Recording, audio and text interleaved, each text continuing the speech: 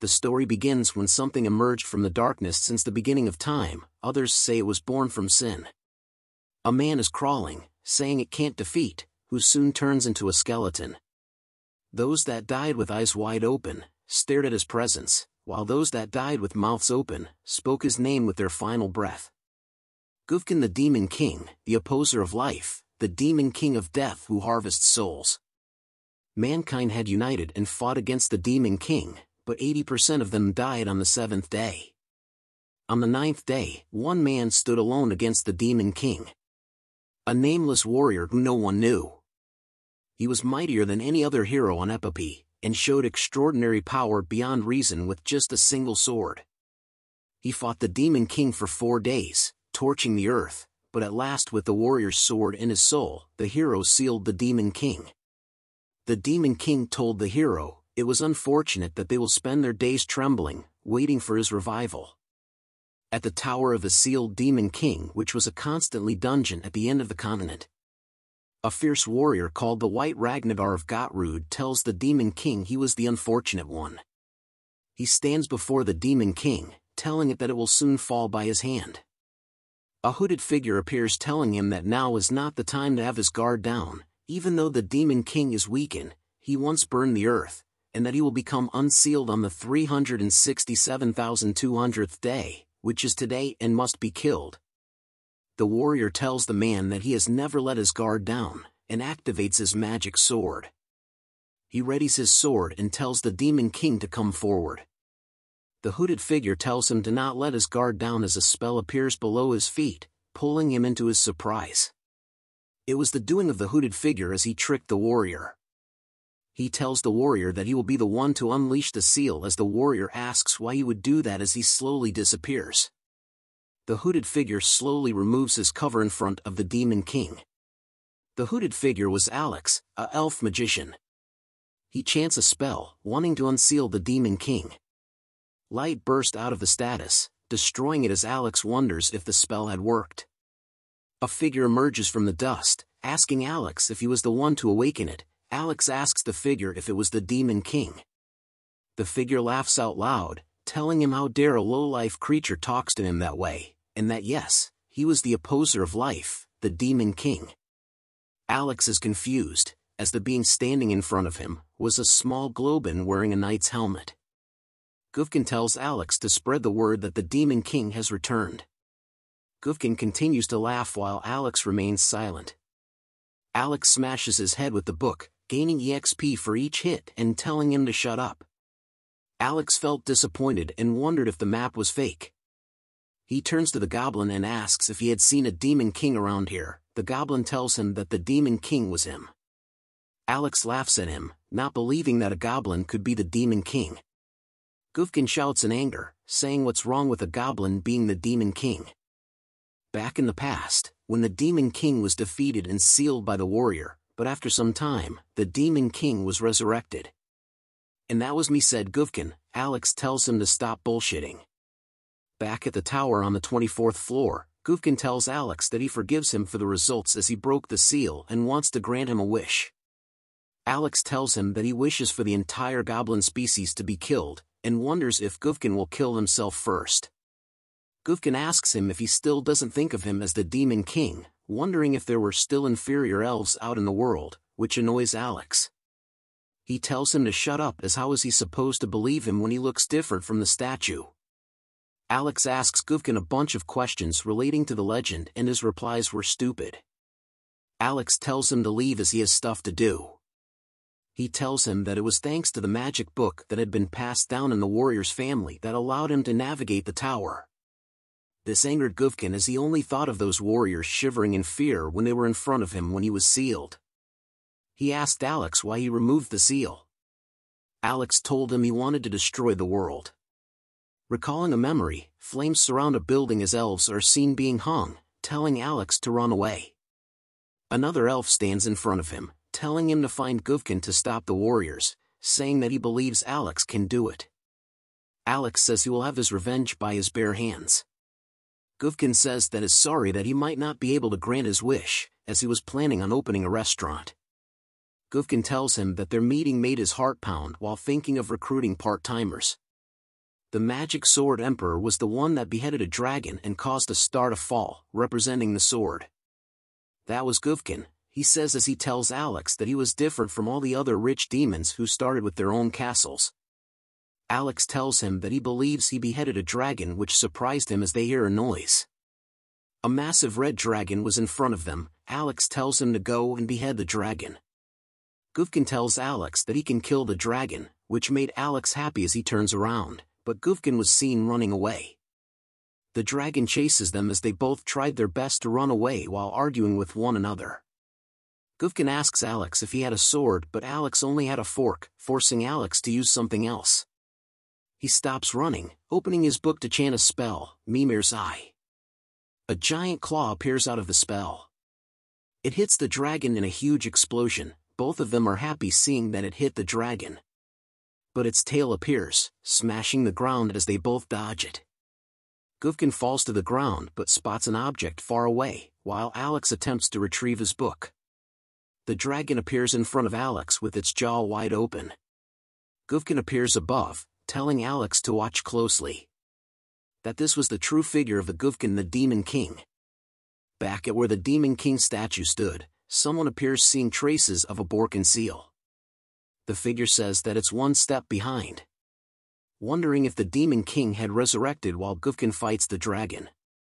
He leaps in the air, ready to strike. Alex stares in disbelief, wondering if this was the might of the Demon King. Gufkin smiles, asking Alex if he was surprised. But it turns out, he was stuck in the dragon's mouth and asks Alex to quickly save him. Alex calls him a dumbass for wanting to show off, while Gufkin tells him he thought it was a sword he grabbed but was actually a cross. Alex tells him to hold on as he does something. The ground below caves in, causing the dragon and Gufkin to fall down. Screams are heard as they fall into a deep dark hole.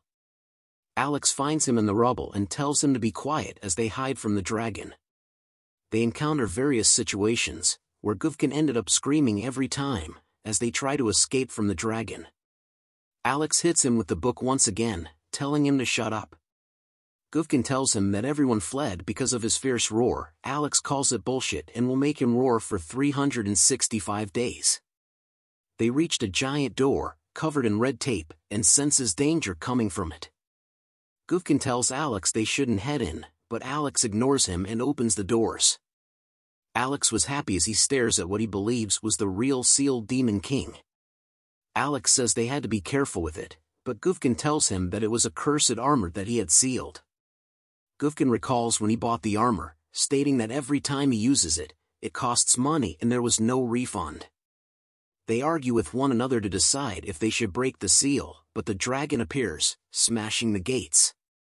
But its head was sliced off cleanly, surprising the two of them. Nobody moves, said a voice.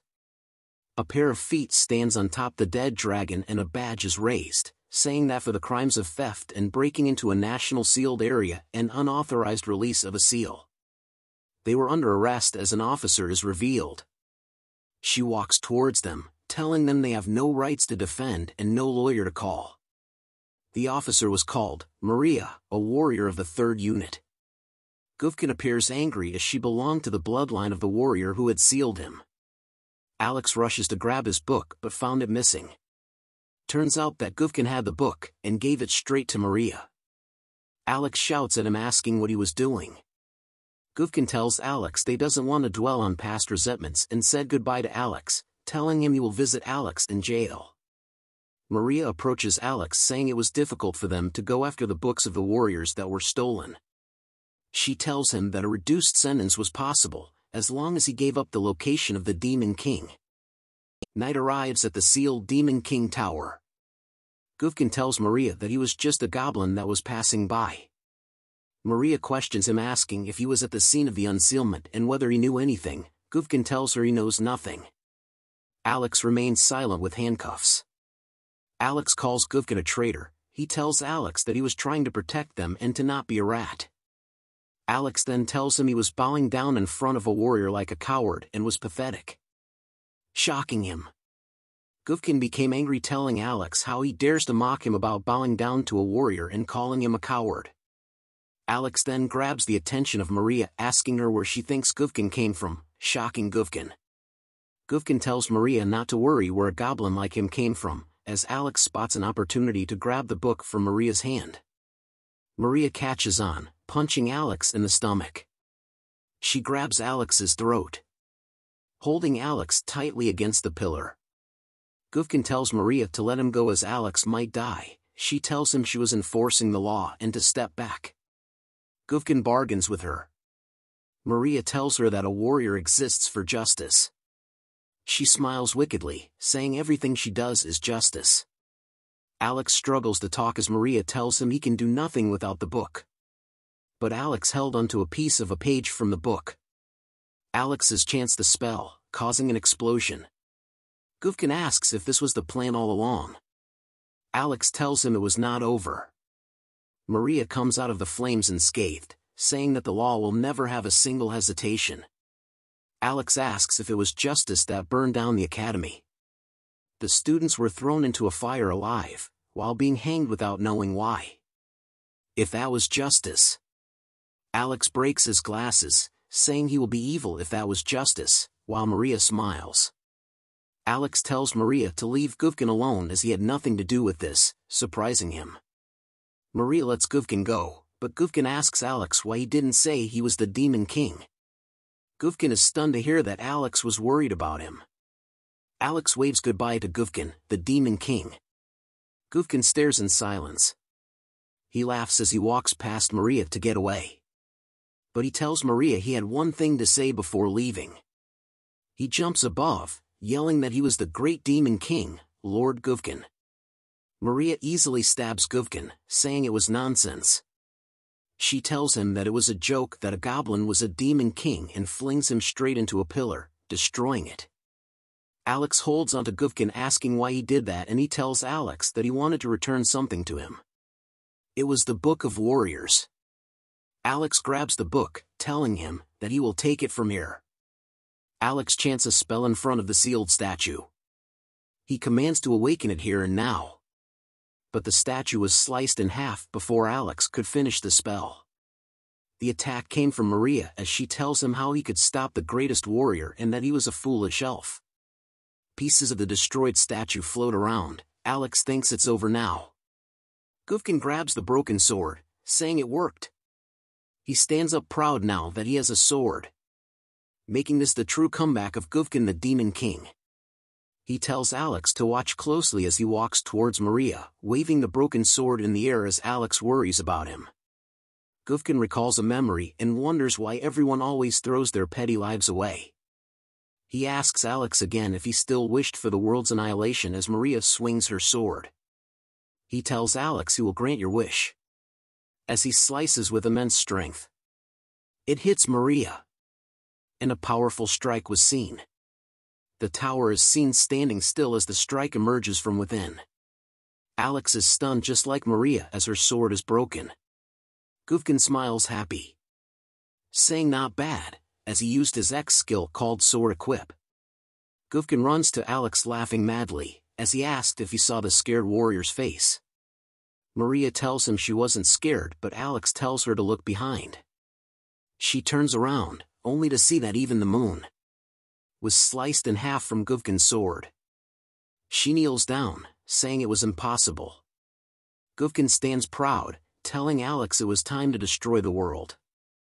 A giant worm is screaming. A man appears, ripping the worm into shreds. Pieces of the worm flies everywhere.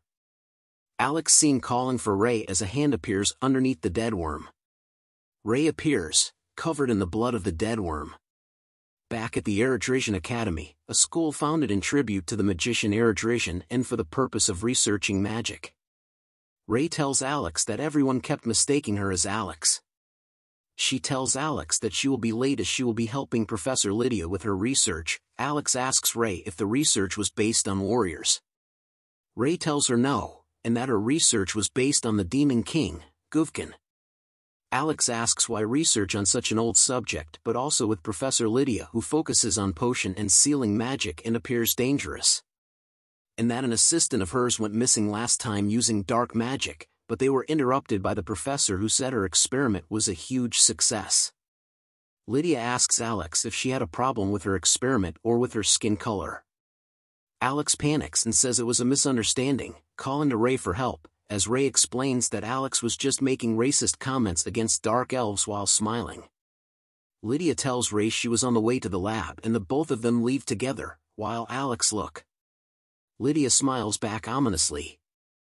Back at the dorm, Ray returns and slams onto the bed. Alex asks if she had just returned, and Ray replies with gibberish. Alex tells her to wash up before sleeping and Ray marches like a zombie. Alex notices the research notes, and opens them to read when she notices something. It was a paper about plans for the resurrection of the Demon King. Alex kept reading, and read logs of the experiment's horrible attempts on resurrecting the Demon King. And that the most potential species is, but before she could finish, she was interrupted. Ray appears, asking what she was looking at. Alex tells her that the Warrior Agency will not leave people associated with the resurrection of the Demon King alone. She further asks if this was Lydia's idea and that she was being deceived. Ray turns around to tell Alex to stop treating her like a fool, and that how long she'll pretend to be her stupid little sister. This shocks Alex. Alex then recalls a rumor that Lydia had once placed her personality into her lab assistant in the lab. Back at the academy, something was happening that grabbed the attention of all the students around. Maria had appeared at the school. Groot appears before Maria. Its name was Pinocchio, the gatekeeper. Maria shows her badge, telling the gatekeeper that she had received a report that there's someone related to the resurrection of the Demon King in the school. Groot tells her she cannot enter the school with her weapon, but Maria tells Groot that the warrior's law is above all else.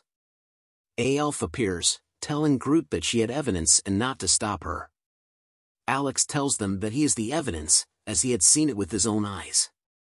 Back in a room, a dark elf is thinking heavily about the warrior's next target. Maria enters saying what transforming into a dark elf was an unexpected move.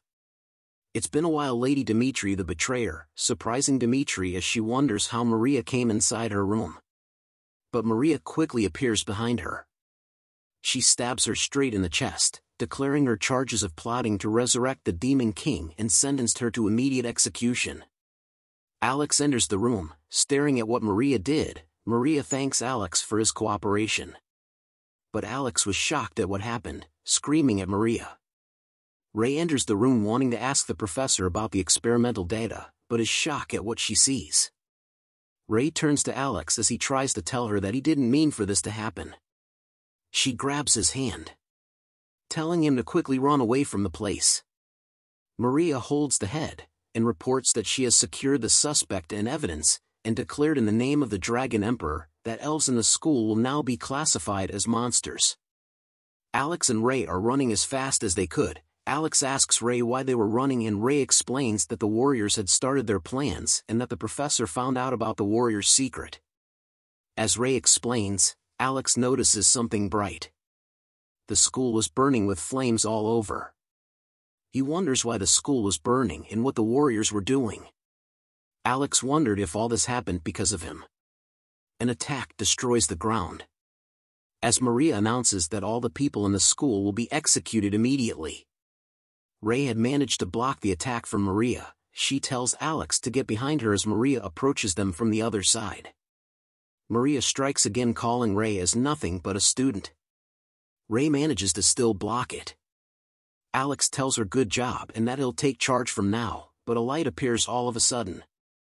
He notices that it was a teleportation spell. Ray tells him that she will hold them back as he needs to escape. Alex is startled by this plan. Ray shouts that Alex needs to find Guvkin in the Book of Warriors in order to stop the warriors. Alex tells her to stop, that she needed him in order to fight. But Alex simply smiled at him. Ray's protection slowly broke apart, as she whispered that she was happy that she managed to protect Alex at least once. The teleportation activates just as Alex saw Ray died in front of him. He tries to reach out, but it was too late. Alex was now in a different place. He screams madly, as he failed to save his twin sister, Ray. He went back to the school, only to see it in ruins with nothing but burnt bodies. Alex couldn't forgive the warriors and most importantly, himself. He blamed himself. as he thinks of Ray. He cried tears of blood, as he promised to resurrect the Demon King. And to make sure that the warriors' bodies will burn in flames. Back in the present, Gufkin and Alex are seen lining up for something. Alex asks Gufkin what the place was, and why they were lining up. Turns out the place was for people to register and sign up for to be the Demon King, stunning Alex. Lightning strikes throughout the night. Gufkin's feet is seen. As he walks down the staircase, he tells that 1,000 years had passed since he was sealed by the warrior.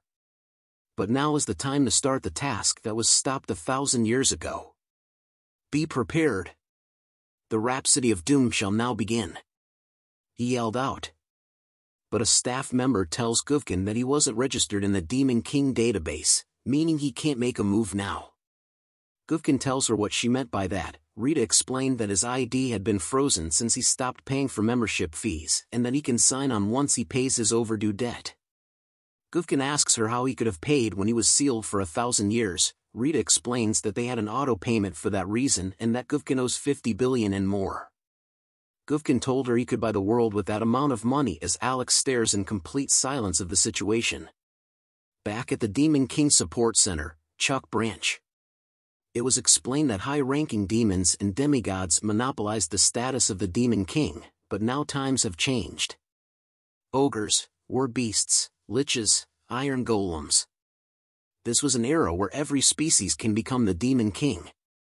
Hilti explains to Alex that all jobs for all species was the foundation of the guild, meaning anyone could join.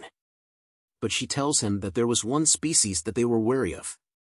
Rita tells Gufkin that it would be hard to register the same name for him. This made him mad as he wants to use his own name and demanded to see the manager. Rita explains that the name Gufkin had been used many times and it was at maximum usage as all the people in line were using that name. Gufkin shouts out why there were so many of them. Alex asks him if this was important to fight against the warriors. Rita explains to Alex that war is short and conquest was long, and that the guild ensures that the Demon King can retire once everything is done. And that the guild will help in managing the armies and tax collection and territory management. Rita and Hilti further explain that world conquest alone is hard, but with the guild it would be doable. Gufkin asks Alex if he understands now, but Alex says no. Rita then asks if Alex was registered in any guilds. Alex replies that he has never registered before. She recommends him to register as a Demon King. Gufkin yells that's impossible. How can a servant leave him and become a Demon King? He tells Alex to listen closely and that the path of a Demon King is not easy. The title of a Demon King is a path of suffering, a life where the only thing you can depend on is your sword. You will spend your days resting on the mountains of bodies. Eventually, your glory and victory will be fade. And all that's left will be your karma and spirits that stick to you like a shadow. Their hatred and curse will become your life. Alex ignores Gufkin's words and heads to the counter to register. He fills out the application easily. A new Demon King has been born. Alex the Demon Demon King. Rita hands him his Demon King ID. Alex asks Gufkin if this was all they need to fight the warriors. But Gufkin tells him what is he saying and that they needed to buy a demon castle and get 4 devis. Alex grew mad wondering why there was a puppy as part of the 4 devis. Hilti tells them they could purchase those things with an extra fee loan, but Alex declines. Gufkin tells him that they can take their time and do things one at a time. He says it'll be difficult to do anything for now. Gufkin tells him how less scary he would be when facing the warriors without the 4 devis or a castle. Alex tells him not to focus on useless things. Maria is seen walking through a long hallway. Someone is sitting at the table, saying that without the 4 devis in a castle, he wouldn't be able to attack as that was how the system was built. A flag is waving in the air, on top of a clean building. It was the warrior agency, Carton State. Warriors were selected from the direct line of the first warriors with aptitude and to take charge in subjugating and stopping the great Demon King movements under the command of the 12 warrior generals. Maria reports she had returned from her mission. The figure tell her good job, but she had failed to bring back the Book of the Warriors. And that she also failed to prevent the resurrection of Demon King Gufkin. She tells him she has no excuses. He holds a paper wondering how the greatest elite could fail both missions. Maria apologies and says she'll take on any punishment. The figure was the warrior general of the 3rd unit. He tells her that there will be no punishment. He wonders if he should just tell the Senate that they succeeded. He was also known to be lazy. Reports that the general had submitted are shown where a pair of normal shoes were reported as a mage using invisible magic, a vampire lord that looked exactly like a normal bat, and that a report by warrior Kane states that Gufkin was sealed today, surprising Maria. "Ha, surprised. This is the dignity of your senior," said a shadow by the door. It was Kane the warrior. Maria asks him if he had really sealed Gufkin, and he replies that he had brought him here. He presented a goat as Gufkin the Demon King. He explains that the goat's features such as its horns and eyes were evidence that it was Gufkin the Demon King. The general signs deeply and tells him he did it as he proceeds to stamp the report. Maria tells the general that he didn't solve anything. She tells him that the legend of Gufkin was not a lie and that they need to prepare all their forces. She explains that Gufkin was different, and that his strength and appearance could destroy mythologies. The general tells her he had read the report. He questions her whether he had split the moon with one swing of his sword, and Maria tells him that the report was perfect without a single mistake. He then tells her if it was a goblin, turning Maria white. The general asks her if she was beaten by a goblin. Maria was embarrassed and said yes quietly, as Kane laughs at her for being beaten by a goblin. The general tells her that Kane will take over and that she will take on another case. Maria objects, but he stares at her. Maria felt an immense pressure, and the general asks her what her answer is. She said she understood. Maria walks back into the hallway.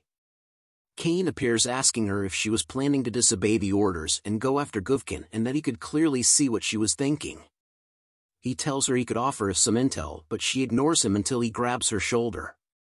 Kane tells her that he understands her situation because of the some stinking bloodline, which was why she was desperate to be involved with them.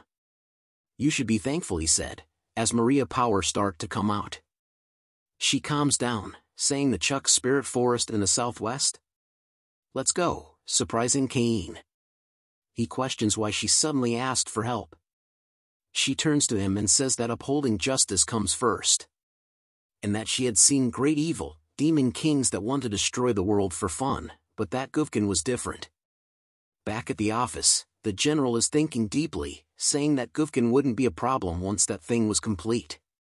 He stares at a capsule holding Ray's head. Ray's head was still alive as she says Alex. At the Great Wall.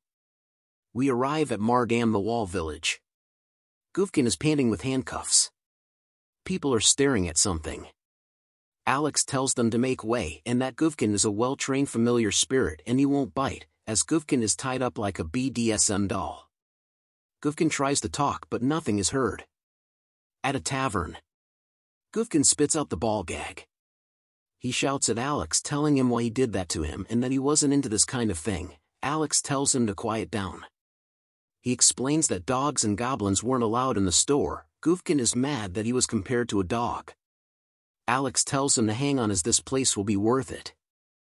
He explains that this store serves Manhwa assorted steak, which was extremely delicious. Gufkin tries to leave, but Alex grabs him by the ribbon on his helmet.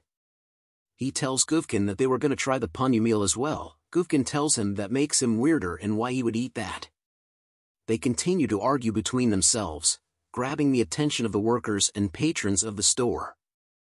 Alex tells Gufkin the story about the warriors saving the world from Gufkin's conquest, which surprises him.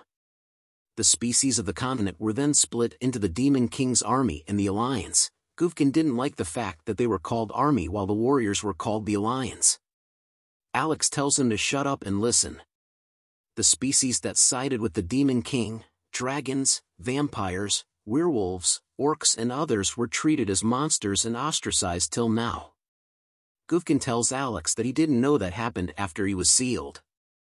Gufkin regrets not being more diverse in selecting the soldiers for his army, and that he couldn't recruit humans because they were too expensive. A man appears at their talk as they were talking. It was Raziad. He tells them how dare a monster eat at the same table as a human and that they should get lost. Alex tells him not to worry as Gufkin was under his control, but Raziad meant that for Alex, calling him a elf bitch. He continues saying that the Alliance had announced that elves from the Academy were classified as monsters. The staff agrees with Raziad, asking Alex to leave the store unless he was from their alliance. Alex grabs onto his book, angrily. He calls them stupid humans and told them he won't eat and will just leave then. He calls for Gufkin, but he remained at his seat wondering why there weren't any ham-egg sandwiches on the menu. Gufkin asks Alex where he was going since they came to the store to eat, so let's eat, he says. He tells the staff what makes them think this has nothing to do with you, and that the band started with dogs and goblins and now elves. And that soon dwarves, gnomes and other species will follow. Finally, humans will be divided by their skin color and origins because that was the warrior's way. Raziad smashes the table, saying that a monster shouldn't insult the great warriors. Gufkin calls him a half-breed between a giant and human, and to listen to what he says as the giants may be next. This angers Raziad. He swings his fist at Gufkin again, telling him to shut his mouth. Gufkin smiles as blood is seen.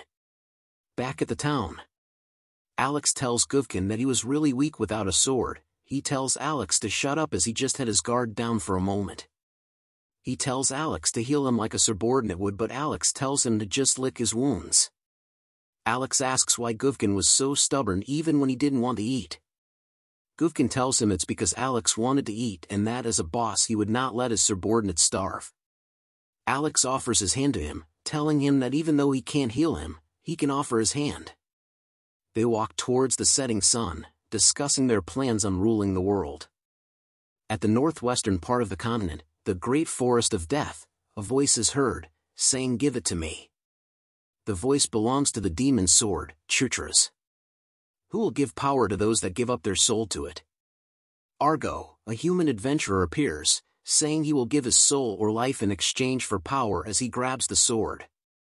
The sword agrees and gives him a power that best suits his soul. Argo then became Argo Chutras, a death knight. He talks out loud, saying he will make the humans who look down on him suffer in the name of Argo Chutras. Gufkin appears behind him laughing at his name. He tells Argo to think about his name a bit longer or else he will regret it. Gufkin asks him if he knew where they were as he had lost his way as he says Argo's name wrongly.